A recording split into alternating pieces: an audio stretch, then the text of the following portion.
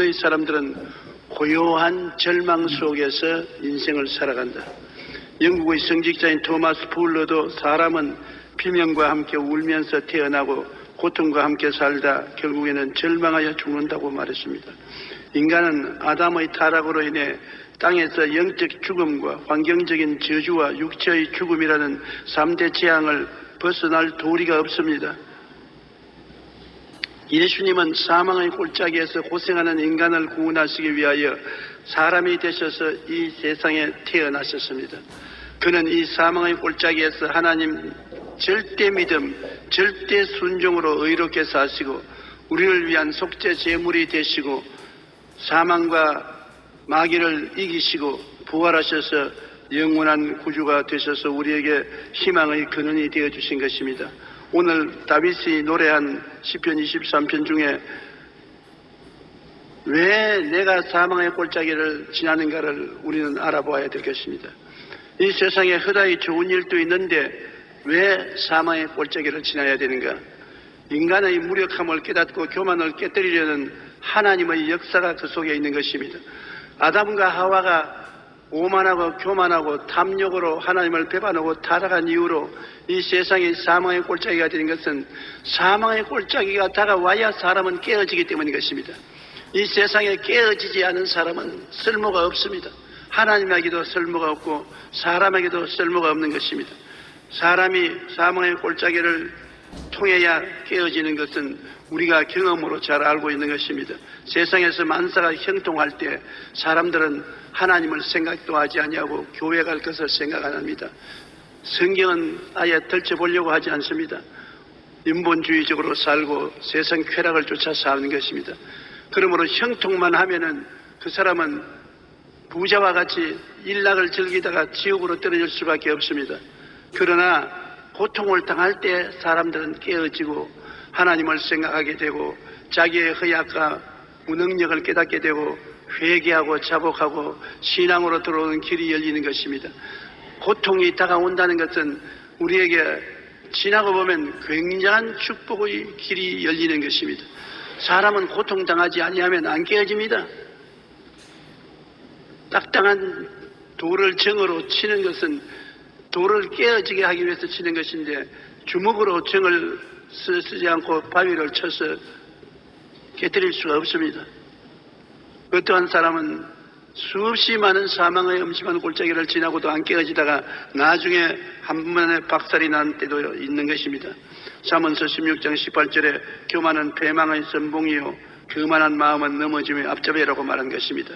베드로전서 5장 5절로 7절에 하나님은 교만한 자를 대적하시되 겸손한 자들에게 은혜를 주시느니라. 그러므로 하나님의 능하신 손 아래서 겸손하라.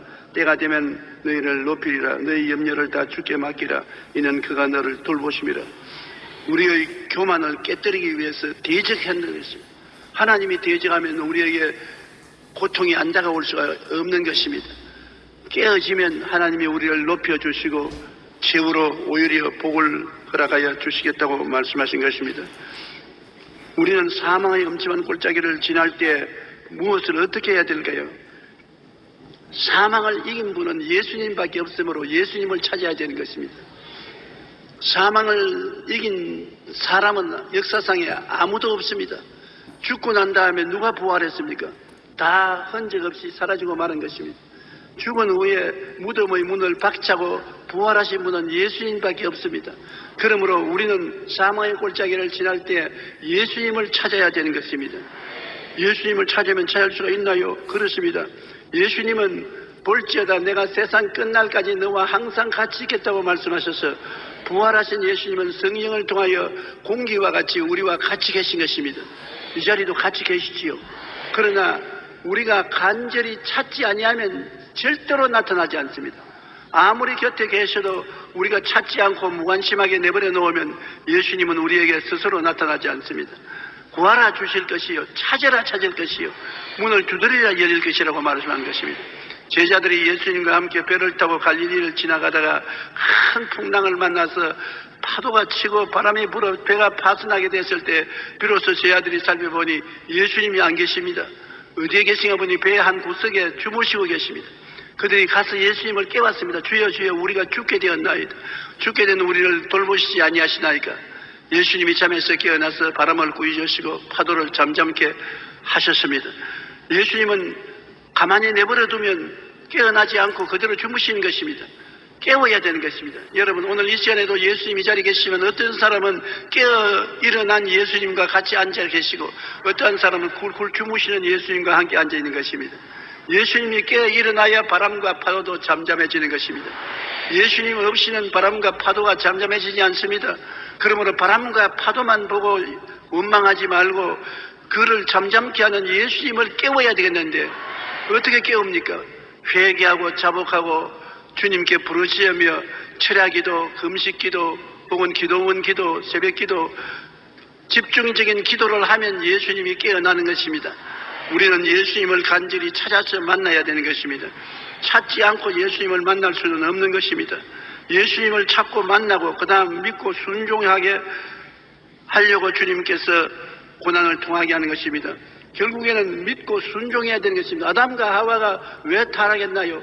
선악과를 먹는 날에는 죽으리라 했는데 그 하나님의 말씀을 믿지도 아니하고 순종도 아니하고 그 선악과를 따먹었습니다. 것입니다. 인간에게 최대의 죄악은 불신앙과 불순종인 것입니다. 주님을 따라가려면 우리가 신앙에 들어가야 되고 순종해야 되는 것입니다. 어떤 때 신앙을 가지느냐? 자기가 약한 것을 알아야 되는 것입니다. 자기가 깨어져서 자기 힘과 능력으로는 못한다는 것을 알아야 주님을 믿고 순종하게 되는 것입니다. 내가 잘났다, 내 힘으로 할 수 있다, 그렇게 생각할 때는 자기를 바라보지 주님을 바라보지 않는 것입니다. 사람이 깨어진다는 것은 정말 힘들고 괴로운 것입니다. 어떠한 사람은 쉽게 깨어지지만은 고집이 센 사람은 여간해서 안 깨어지는 것입니다. 환난과 고통은 우리에게 다가와서 우리를 깨뜨려서 주님을 순종하게 하고 주님을 믿게 만들어주는 귀한 축복이 되는 것입니다. 히브리서 11장 6절 다 같이 한번 읽어보십시다. 믿음이 없이는 하나님을 기쁘시게 하지 못하나니 하나님께 나아가는 자는 반드시 그가 계신 것과 그 자기를 찾는 자들에게 상 주시는 이심을 믿어야 할지니라. 우리 주님은 반드시 자기를 찾는 자에게 나타나서 상을 주십니다. 그러나 주님을 믿고 순종해야 되기 때문에 믿음과 순종을 하기 위해서는 자기가 깨어져야 되는 것입니다. 자기 교만, 자기 오만이 깨어지고 자기를 의지하던 것을 포기하고 주님을 의지하고 나가야 되는 것입니다. 그러면 주님의 지팡이와 막대기가 나를 안위한다는 것입니다. 지팡이는 양을 인도하는 지팡이, 희망의 풀밭으로 물가로 이끄는 지팡이요, 막대기는 사자거나 곰이 오면 막아주는 치는 막대기인 것입니다. 바로 예수님은 십자가가 우리의 막대기가 되시고 지팡이가 되게 하신 것입니다. 십자가를 통하여 주님은 희망의 길로 이끌어 주시는 것입니다. 우리가 죄를 짓고 불의하고 추하고 버림을 받아야 마땅할 때 주님 십자가에 매달려 주심으로 십자가의 나무를 통해서 이 죄와 불의, 추악과 저주, 절망과 죽음의 쓴물을 달게 만들어 버리고 마는 것입니다. 십자가의 지팡이는 여러분과 나를 희망으로 이끄는 지팡이인 것입니다. 우리를 죄악에서 용서와 의로움을 얻는 희망, 우리가 불의에서 신령하고 거룩하게 될 수 있는 희망, 병들어서 죽게 된 우리에게 치료와 건강을 얻을 수 있는 희망, 좌절과 정망과 저주 속에 허덕이는 우리에게 재기할 수 있는 희망, 죽는 우리에게 영원한 생명을 얻을 수 있는 희망의 길을 이끄는 것이 주의 지팡이인 것입니다. 그리고 주의 막대기인 십자가는 우리를 보호해 주시는 것입니다. 주님은 나의 피난처여 요새여 의리하는 하나님이 되시는 것은 주님이 십자가를 통해서 우리를 피난처가 되시고 보호자가 되시고 능력이 되어 주시는 것입니다. 시편 23편 4절의 말씀대로 내가 사망의 엄침한 골짜기로 다닐지라도 해를 두려워하지 않을 것은 주께서 나와 함께 하심이라. 주께서 함께 하시는 것을 기도로 깨워 일으키면 주님의 지팡이와 막대기가 나를 안위하시나이다. 주님의 십자가의 지팡이와 십자가의 막대기를 통해서 우리들을 희망을 주고 우리를 보호해 주시는 것입니다. 예수님의 십자가의 가장 위대한 것은 우리에게 희망을 주고 우리를 보호해 주는 것입니다. 이사야 41장 10절에 두려워하지 말라 내가 너와 함께함이라. 놀라지 말라 나는 내 하나님이 됨이라. 내가 너를 굳세게 하리라. 참으로 너를 도와주리라. 참으로 나의 의로운 오른손으로 너를 붙들리라. 주님께서 우리를 도와주겠다고 하고 붙들어주겠다고 했으니 우리가 주님을 찾고 나가는 것은 현명하고 지혜로운 것입니다. 잭 켄트필드가 쓴 가장 절망적일 때 가장 큰 희망이 온다는 책에는 친구 사이인 암 전문가 두 사람이 주고받은 대화가 실려 있는 것입니다. 한 의사가 친구에게 물었습니다. 난 도대체 이해가 안 되네. 자네나 나나 암 환자에게 똑같은 약을 똑같은 양으로 같은 스케줄에 따라 처방을 하지 않는가? 그렇지. 그런데 왜 나는 내 약을 먹은 사람은 22%밖에 살아나지 못하고 자네가 주는 약을 먹은 사람은 74%나 나오니 무슨 비결이 있는가? 그러자 친구가 이렇게 대답했습니다. 우리는 똑같은 약만 처방하지 않냐? 너는 약만 주지. 자네는 이미 약을 줄 때 환자에게 이 약을 어제와 똑같은 것입니다. 열심히 드세요라고 말할 거야. 근데 나는 약을 주면서 이렇게 말한다. 여기 당신의 희망이 있습니다. 이 약은 당신에게 생명을 갖다 줄 것입니다. 낫게 해줄 것입니다. 희망을 가지십시오. 한 사람의 의사는 그냥 의무적으로 약을 잡수라고 하는데 다른 사람의 의사는 희망이 있다는 것을 항상 말해 주었었습니다. 한 사람은 약을 주었고 다른 한 사람은 희망을 주었었습니다. 그런데 그저 약을 주고 처방할 때는 10명 중에 7명이 죽었는데 희망을 주었을 때 10명 중에 7명이 살아났었습니다. 그러므로 희망이 얼마나 중요합니까? 여러분, 예수 그리스도의 십자가가 왜 위대한 것입니까? 예수 그리스도의 십자가는 죄를 짓고 불의하고 추악하고 버림을 받아야 마땅함에도 불구하고 그 사람을 그대로 받아들여서 끌어안고 희망을 주는 것입니다. 죄에게는 용서의 희망을 주시고 거룩하지 못한 자에게는 정결하게 되는 희망을 주시고 병든 자에게는 착지게 맞음으로 내가 나음을 입는다고 희망을 주시고 저주받은 사람에게는 아브라함의 복을 주겠다고 약속해 주시고 죽는 자에게는 오늘날 너가 나와 함께 천국에 있으리라고 약속해 주시는 희망의 주가 바로 예수님인 것입니다. 오늘 여러분에게 희망이 있습니다. 왜냐하면 예수님이 여러분 대신하여 십자가에 죽었기 때문인 것입니다. 십자가에서 여러분의 절망을 청산해버린 것입니다. 그러고 난 다음에 주님께서 부활하심으로 희망의 근원이 되어주신 것입니다. 오늘 희망의 근원 되신 예수님이 두 손을 활짝 내밀면서 수고하고 무거운 짐진 자들은 다 내게로 오라. 내가 너를 쉬게 하겠다. 내가 너와 함께 하느니 내가 너를 도와주리라. 내가 너를 붙들어 주겠다고 하시니 이 예수님에 나가면 희망이 있는 것입니다. 그러므로 여러분은 오늘 절망에서 왔더라도 희망을 가질 수가 있는 것입니다. 예수님이 있기 때문인 것입니다. 종교를 믿으러 오지 않았었습니다. 의식을 집행하러 오지 않았었습니다. 여러분은 희망을 얻으러 왔는데 바로 잘 오셨습니다. 예수님이 희망의 근원이 되어주시는 것입니다. 시편 138편 7절로 8절 우리 다 같이 읽어보십시다. 내가 환난 중에 다닐지라도 주께서 나를 살아나게 하시고 주의 손을 펴사 내 원수들의 분노를 막으시며 주의 오른손이 나를 구원하시리이다. 야훼께서 나를 위하여 보상해 주시리이다. 야훼여 주의 인자심이 영원하오니 주의 손으로 지으신 것을 버리지 마옵소서. 주께서 계심으로 해를 당하지 않고 좋은 결과가 올 것을 기대할 수 있는 것은 환난 중에 다닐지라도 주께서 나를 살아나게 하시고 내 원수의 분노를 막으시며 오른손으로 구원을 해주시니 얼마나 희망을 가질 수 있지 않습니까? 희망을 가질 수 있기 때문에 우리가 예수 믿는 것이 좋습니다. 사회심리학자인 에릭 프롬은 인간 사회에서 실패한 자, 이기주의자, 정신병자들을 연구한 결과 공통점을 발견했습니다. 여러분 혹시 공통점이 있는지 자세히 가슴에 손을 얹고 들어보십시오. 그들이 사용하는 말이 있습니다. 그들은 모든 것을 비난하고 비판했습니다. 즉 말씨가 곱지 않은 사람들의 결말은 자신이 말한 대로 불행한 삶을 살게 되는 것입니다. 누가 어떻게 되는 것이냐? 이기주의자, 실패한 자, 정신병자들의 가장 두드러진 증상이 말이 부정적이라는 것입니다. 늘 앙지나서나 비난하고 남을 비판했습니다. 그런 말을 계속하게 되면 남이 비평과 불평을 듣는 것이 아니라 자기가 그대로 되어버리고 마는 것입니다. 이와 비슷하게 1950년대 미국 위스콘신 대학 우수 문학 지망생들이 교내 정기 모임을 만들었습니다. 남자들 정기 모임을 만들고 여자들도 정기 모임을 가졌는데 남자들은 모이기만 하면은 그들이 시나 소설을 적어서 서로 읽어보고 엄청나게 비평을 했습니다. 막 옷을 벗기고 살을 찢는 비평을 했습니다.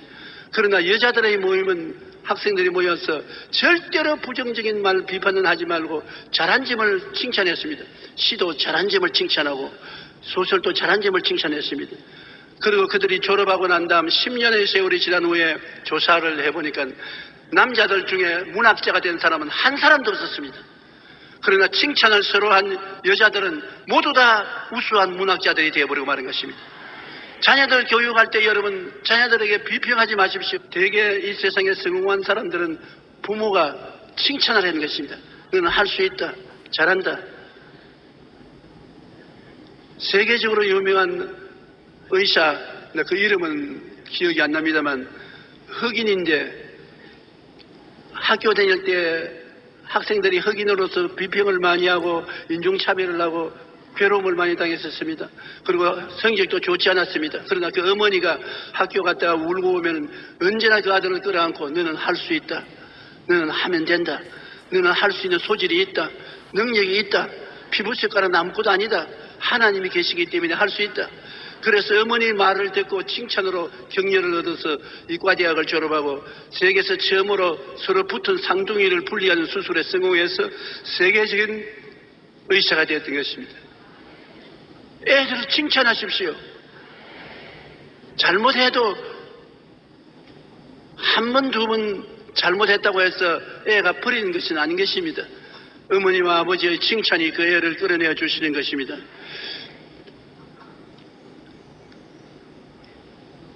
이사야 43장 1절로 3절을 우리 한번 읽어보십시다. 너는 두려워하지 말라. 내가 너를 구속하였고 내가 너를 지명하여 불렀나니 너는 내 것이라. 내가 물 가운데로 지날 때 내가 너와 함께 할 것이라. 강을 건널 때 물이 너를 침몰하지 못할 것이며 내가 불 가운데로 지날 때 타지도 아니할 것이요 불꽃이 너를 사르지도 못하리니 대전하는 야훼 내 하나님이요 이스라엘의 거룩한이요 내 구원자임이라. 천지를 지으신 하나님께서 여러분이 물을 지날 때 같이 하고 강을 건널 때 물이 침몰하지 못하게 하고 불을 지날 때 타지 못하게 하고 불꽃이 너를 거스르지 못하게 하겠다. 여러분 누구기에 이렇게 사랑해 주신 것입니까? 그렇게 잘났습니까? 그렇지도 못한데 어떻게 그렇게 합니까? 그것은 왜냐? 너는 두려워하지 말라. 내가 너를 구속했습니다. 우리가 잘나서 하나님을 찾아서 구속받은 것이 아니라 하나님이 우리를 미리 아시는 거로 우리를 사랑하사 우리를 구속하셨고 내가 너를 지명하여 불렀습니다. 따라 말씀하십시오. 하나님께서 이래봬도 나를 지명하여 불러주셨다. 얼마나 놀라운 일인 것입니까? 하나님께서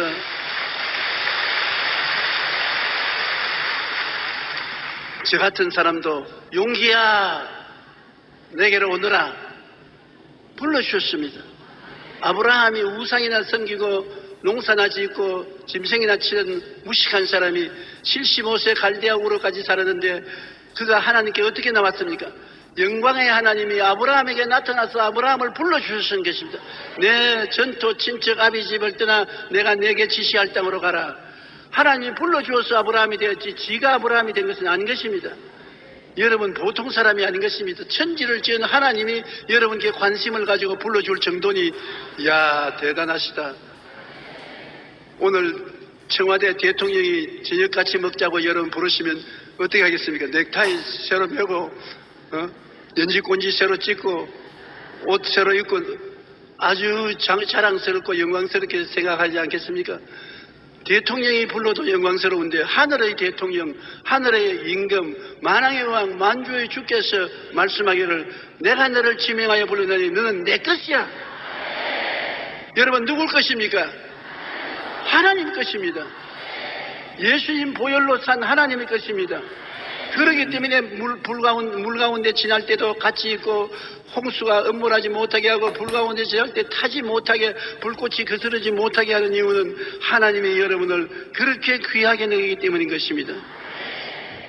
영국의 목회자이자 설교가로 유명한 스펄전 목사님 이런 간증을 했습니다.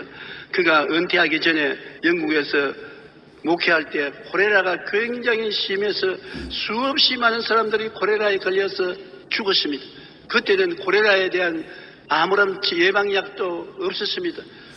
콜레라에 걸리면 죽었습니다. 정부는 겁을 먹고 환자들을 돌보지 않았고 시신을 수습지 않았습니다. 스펄전 목사님은 자진해서 콜레라가 있는 템스 강둑에 있는 빈민촌에 들어가서 열심히 돌봐주고 기도해주고 하다가 아마 건축 자기가 콜레라에 걸렸습니다. 열이 나고 설사를 하고 온몸이 고통스러워서 견딜 수가 없었습니다. 그러자 두려운 생각이 번쩍 들었습니다. 이제 내가 죽는구나. 여러분, 가장 이 세상에 우리를 도적질하고 죽이고 멸망시키는 칼이 두려움인 것입니다. 주님이 언제나 우리에게 찾아오면 제일 먼저 하시는 말씀이 무엇입니까? 두려워 말라. 놀라지 말라. 마귀가 우리에게 와서 제일 먼저 주는 것이 두려움인 것입니다.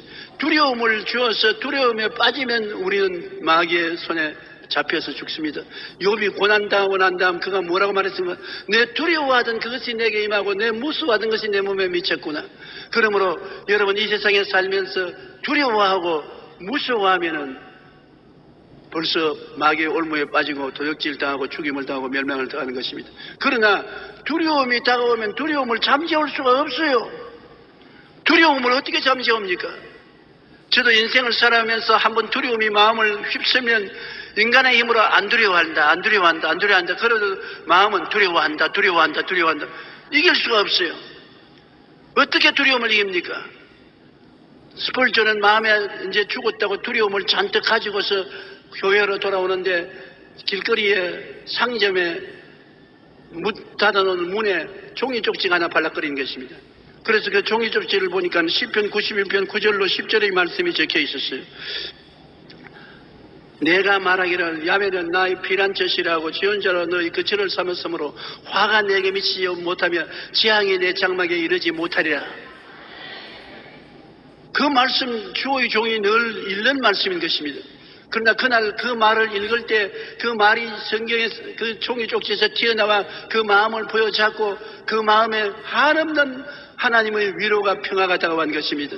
두려움을 이길 수 있는 길은 믿음인데 믿음은 하나님 말씀으로 오는 것입니다. 믿지 않고는 두려움을 이길 수가 없습니다. 그러나 믿음은 들음에서 나며 들으면 그리스도의 말씀으로 말미암는다고 말씀을 찾아가야 되는 것입니다.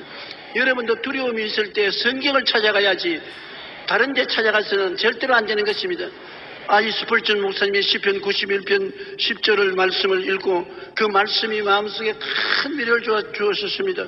내가 말하기를 야훼는 나의 피난처시라 하고 지존자로 너희 그처를 삼았으므로 화가 내게 미치지 못하며 재앙이 내 장막에 이르지 못하리라.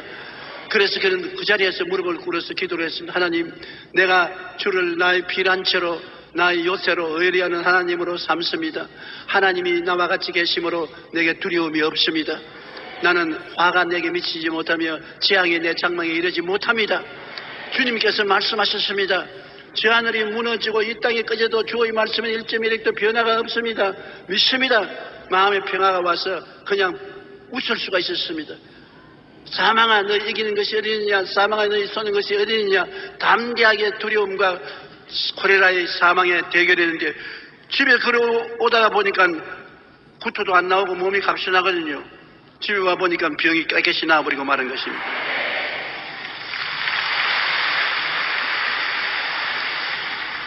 내 믿음대로 될지어다. 우리가 환난과 고난당해서 마음에 두려움이 있을 때는 무한정으로 파괴됩니다. 그때 말씀을 듣고 말씀을 읽고 마음의 두려움을 제하고 평안을 얻으면 그때부터 기적이 일어나기 시작하는 것입니다. 여러분께서 교회 왜 오십니까? 하나님 말씀을 듣는 동안에 말씀이 여러분 속에 들어가서 모든 불안과 초조와 절망과 두려움을 청산해 주기 때문에 교회 오는 것입니다. 그래서 마음속에 평안을 가지고 확신 믿음을 가지고 나가면 여러분 믿음대로 되는 것입니다.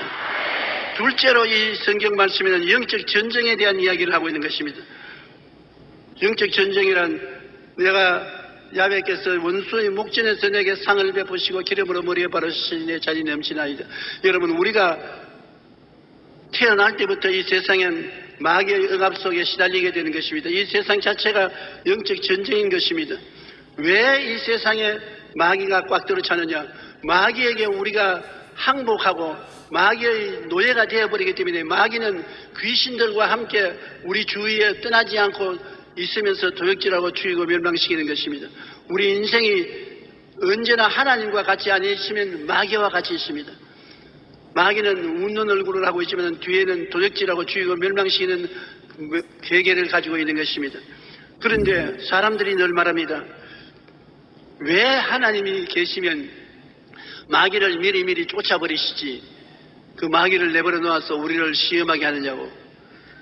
그 이유는 이러함이겠습니다. 어린아이가 태어날 때 여러분 무균실에 그대로 두어서 5살, 6살까지 무균실에 두어서 키웠다가 무균실에서 데리고 나오면 하루 만에 병들어 죽습니다.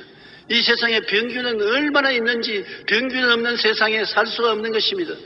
그러나 병균이 있어도 우리가 살아있는 것은 우리는 병균과 싸워서 이겨서 저항력이 꽉 들어찼기 때문에 살아있는 것입니다. 여러분 가만히 영적으로 보면은 저항력 투성입니다. 마귀가 와서도 마귀를 이겼기 때문에 예수 믿고 교회에 나오게 되는 것입니다. 병균도 극복해야 건강을 가지고 살지 병균 없는 세상에서 살 수 없는 것처럼 마귀가 없는 세상에 살 수 없습니다. 마귀를 극복해야지 마귀를 피해서 살 수는 없는 것입니다. 그렇기 때문에 하나님은 원수의 목전에서 어떻게 하느냐 마귀를 이길 수 있도록 은혜의 성찬을 차려주시는 것입니다. 밥을 먹어야 힘을 얻지 않습니까? 밥을 먹지 않으면 힘이 없어요. 옛날 어른들이 밥이 보약이라고 늘 말하기에 뭐 그런가 보다 생각했는데 제가 몸이 허약해지고 난 다음에 보니까 큰 부흥회를 나갈 때 배가 부르도록 밥을 먹지 않으면 중간에 가서 배가 고파서 허덕허덕 하게 돼요. 힘이 없어요. 그래서 비로소 야 밥이 과연 힘이구나. 보통 때는 밥이 힘인 줄 몰랐는데 집회하러 나가서 보니까 밥이 충분히 먹지 않으면 중간쯤에 가서 힘이 없어서 입에서 말이 안 나와요. 배가 덩어리에 붙어요. 하나님께서 여러분 마귀가 오면은 마귀를 저항할 수 있는 힘을 얻기 위해서 은혜의 밥상을 차려주시는 것입니다. 마귀가 오면 은혜를 받게 돼요. 마귀가 오면 좋은 일이 생겨서 은혜가 충만하게 되는 것입니다. 저도 시험을 당하게 되면 꼭 하나님께서 제게 지폐를 주셔요. 시험을 당하는데 왜 지폐를 주느냐? 원수들이 보는 앞에서 큰 지폐를 열어서 은혜가 쏟아지도록 만들어 놓아서 은혜의 밥상에 잔뜩 밥을 먹고 힘을 얻게 만들어줘요. 그냥 원수의 공격을 당할 때는 낙심하고 좌절하고 힘이 없어 어깨가 축 늘어졌다가 집회에 나가서 수십만 사람들이 모이는 가운데 성령의 불이 임하여 은총이 쏟아지면 집회하고 나와서는 어깨에 힘이 딱 주어지고 허리가 딱 바로 서게 되고 고개도 뺐다가지 않고 바로 서게 돼서 아주 힘과 용기가 생기는 것입니다. 그러므로 원수를 여러분 두려워하지 마십시오. 원수가 오면 밥상 차려준다는 것을 알아야 되는 것입니다. 원수가 없을 때는 진수성찬 없지만 원수가 오면 밥상이 차려진다. 그리고 밥상만 차려주는 것이 아니라 하나님이 성령으로 기름을 부어주셔서 여러분의 힘이 아닌 성령의 능력으로 가정도 돌보고 사업도 하고 생활도 하게 해서 잔이 넘치는 성공을 가져오게 하는 것입니다. 우리 인생의 성공은 성령이 오시면 보장하는 것입니다. 그런데 원수가 오면은 하나님이 성령을 보내셔서 성공을 시키는 것입니다. 그렇기 때문에 우리가 보통 말하기를 고난은 고난과 동등한 그 이상의 축복을 가져온다고 말하는데 고난이 바로 원수가 가져오는 무기인 것인데 원수가 오면은 여러분 은혜도 오게 되고 반드시 성령이 와서 여러분에게 성공하게 만들어주는 것입니다. 성령의 바람이 불면 어떠한 일에도 성공하게 되는 것입니다. 온 세상은 악한 자에게 처했으나 여러분과 나는 하나님 앞에 속했고 원수 마귀가 두루다니며 삼킬 자를 찾지만은 하나님께서 우리에게 밥상 차려주시고 기름 부어주셔서 승리하게 만들어주심으로 두려워할 필요가 없는 것입니다. 마귀의 공격에 대항하고 이길 수 있는 힘을 얻게 하기 위하여 은혜의 밥상을 차려주시고 마귀의 공격이 오면 하나님의 은혜도 내리신다는 것을 우리가 반드시 알아야 되는 것입니다. 시편 23편 5절을 한번 다 같이 읽어보십시다. 주께서 내 원수의 목전에서 내게 상을 차려주시고 기름을 내 머리에 부으셨으니 내 잔이 넘치나이다. 그러니 예수님을 믿는 사람에게는 따라 말씀하세요. 좋은 일은 좋아서 좋고 좋지 않은 일은 좋게 만들어 주시니 좋다. 성령이 오시면 여러분 왜 좋으냐? 성령이 하나님이 여러분을 위해서 예비한 것을 원수가 공격할 때 성령이 오셔서 눈에 다 보여주시는 것입니다. 그래서 영혼이 잘되고 범사에 잘되며 강건하도록 이끌어 주시기 때문인 것입니다. 고린도전서 2장 9절로 10절에 하나님이 자기를 사랑하는 자들을 위하여 예비하신 모든 것은 눈으로 보지 못하고 귀로 듣지 못하고 사람의 마음으로도 생각지 못하였다는 것 같으니라. 오직 하나님이 성령으로 이것을 우리에게 보이셨으니 성령은 곧 모든 것 곧 하나님의 깊은 것이라 통달하시나니라. 원수가 오면 성령이 오셔서 어떻게 성공할까 길을 보여주시고 어떻게 이길까 길을 보여주시고 어떻게 행복할까 길을 보여주시는 것입니다. 성령이 오시지 않으면 우리 눈에 안 보여요. 하나님이 예비한 이 놀라운 축복이 눈에 안 보이는데 원수가 오면은 하나님이 원수 앞에서는 성령을 보내셔서 이 모든 예비한 것을 보여주심으로 우리에게 축복을 허락하여 주시는 것입니다. 그렇기 때문에 원수가 올 때 통탄하고 낙심하지 마십시오. 오히려 여러분에게 좋은 일이 일어나신 것입니다. 세 번째로 다윗은 이 성경에 말하기를 하나님은 평생토록 우리에게 선하심과 인자하심을 베풀어 준다고 말했었습니다. 시편 23편 6절에 내 평생의 선하심과 인자하심이 반드시 나를 따르니 내가 야훼의 집에 영원히 살리로다. 선하시다는 것은 좋은 것을 말하는 것입니다. 좋은 하나님, 선하신 하나님, 좋은 하나님이라는 말이 여러분에게 얼마나 위로가 되는지 압니까? 제가 불광동에서 교회를 개척했을 때 정말 마음도 춥고 몸도 춥고 생활도 추웠어요. 천막 교회를 치고 가마니를 깔았는데 교인이라고는 5명이 있으니 5명이 연보 한 푼도 없습니다. 무슨 내가 돈을 벌어서 줘야 돈을 헌금을 내지 누가 헌금 낼 사람이 있습니까? 그러니 항상 밥상은 비어 있지요. 항상 잠자리는 추워서 벌벌 떨지요. 예배 볼 때는 낙심되지요. 그럴 때 하나님 성령께서 저에게 가르쳐 주신 진리가 하나님은 좋은 하나님이시다. 천막에 있어도 하나님은 좋은 하나님이시고 가만히 위에 예배를 봐도 하나님은 좋은 하나님이시고 빈 밥상을 만나도 하나님은 좋은 하나님이시고 어떤 형편에도 하나님은 좋은 하나님이시다. 좋은 하나님을 생각하고 감사하라. 하나님은 좋은 하나님이다. 그의 마음에 굉장히 위로가 되었었습니다. 하나님이 좋은 하나님이니까 결국은 내게 좋은 일이 일어난다. 결국엔 내가 좋은 일이 일어난다. 그래서 내가 그것을 깨달았기 때문에 가난하고 헐벗고 굶주린 사람이 가서 하나님은 좋은 하나님이십니다. 하나님을 믿으면 결과 좋은 일이 생겨나는 것입니다. 좋게 되는 것입니다. 여러분 그 결과 우리 한국 보십시오. 60년대 가난하고 헐벗고 굶주린 나라 중에 세계에서 꿀로 1등 된 나라가 60년 만에 이렇게 잘 사는 나라가 된 것은 우리 한국이 100만 명도 안 되는 신자가 1000만 명이 넘어서 좋은 일이 일어난 것입니다. 따라 말씀은 하나님은 좋은 하나님이시다. 시편 84편 11절 우리 다 같이 읽어보십시다. 야훼 하나님은 해요 방패이시라.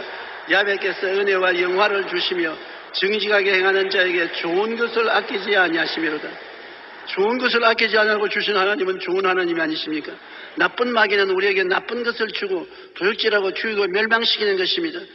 나는 성경의 욥의 경우를 보면 참 처절하게 마귀가 얼마나 악하다는 것을 보여주는 것입니다.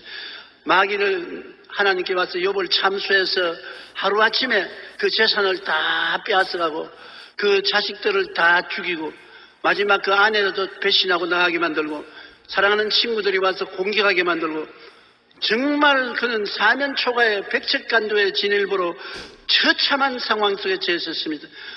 좋은 일은 하나도 없었습니다. 그럼에도 불구하고 욥은 그 상황 가운데서 하나님을 감사하고 나는 죽이더라도 하나님을 믿겠다고 말하는 것입니다. 그 정도의 신앙이 있어야 되는 것입니다. 사람들이 와서 욥아 이래도 네가 하나님을 비난하지 않느냐. 하나님 믿는다는 사람이 재산 다 잃어버리고 자식 죽고 마누라 잃어버리고 친구들은 원수가 되어서 너를 조롱하는데 이래도 하나님 믿느냐. 욥은 말하기를 하나님은 좋은 하나님이시라. 나를 죽이시라도 나는 하나님 믿는다. 아멘 소리가 굉장히 작네.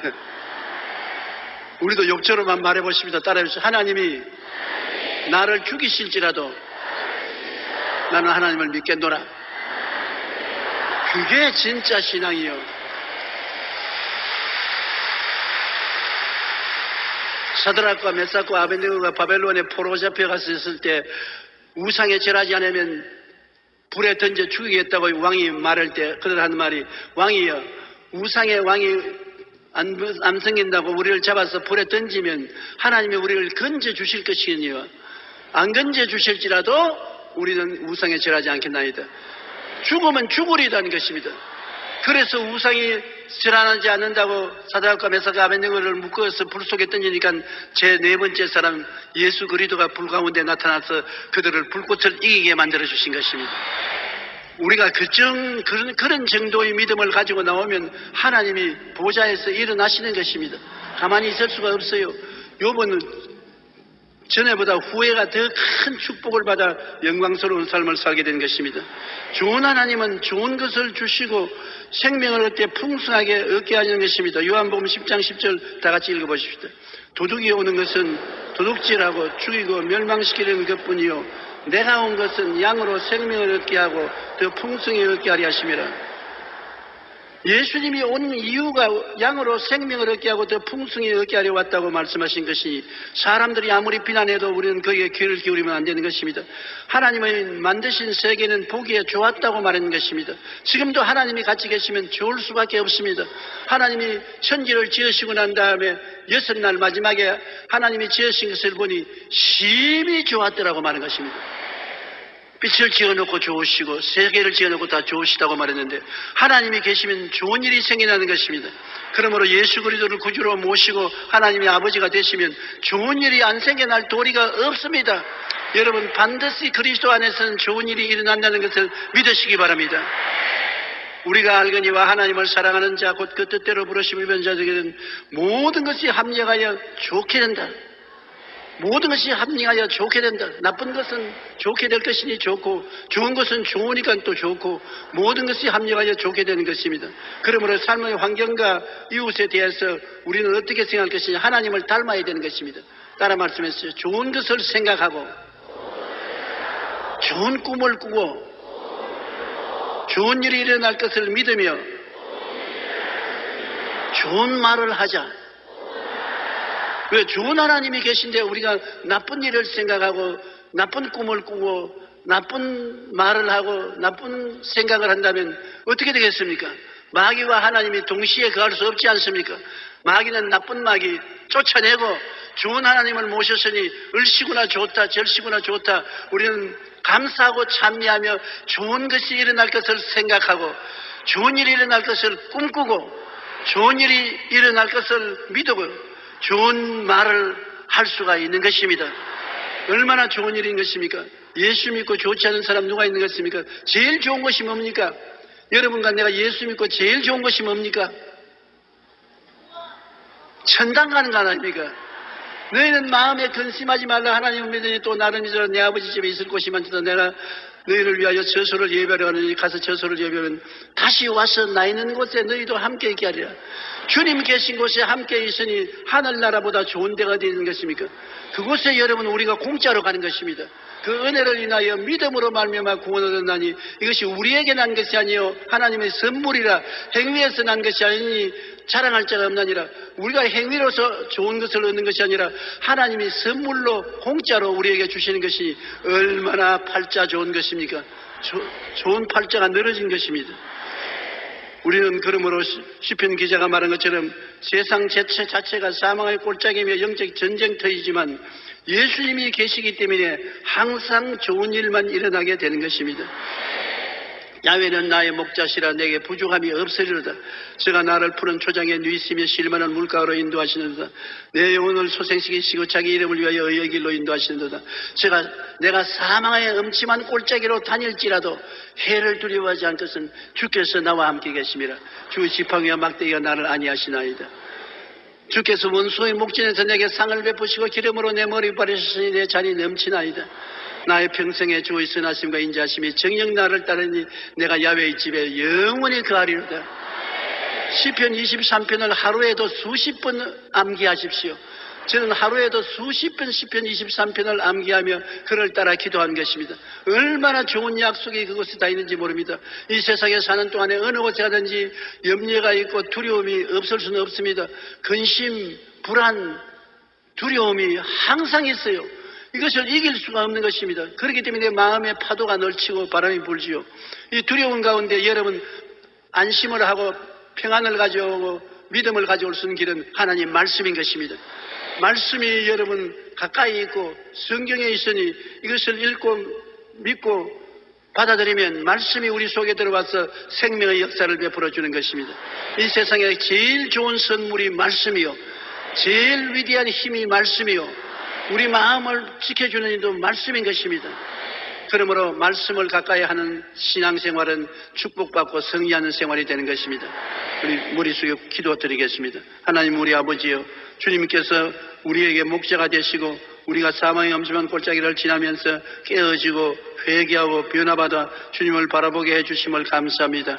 주님께서 같이 계셔서 주님을 의지하는 우리에게 영혼이 잘되고 범사에 잘되고 강건하도록 주님의 지팡이가 희망을 주시고 막대기가 보호해 주심을 감사합니다. 주님이시여, 오늘 이 자리에 온 모든 우리 성도들 주님을 바라보고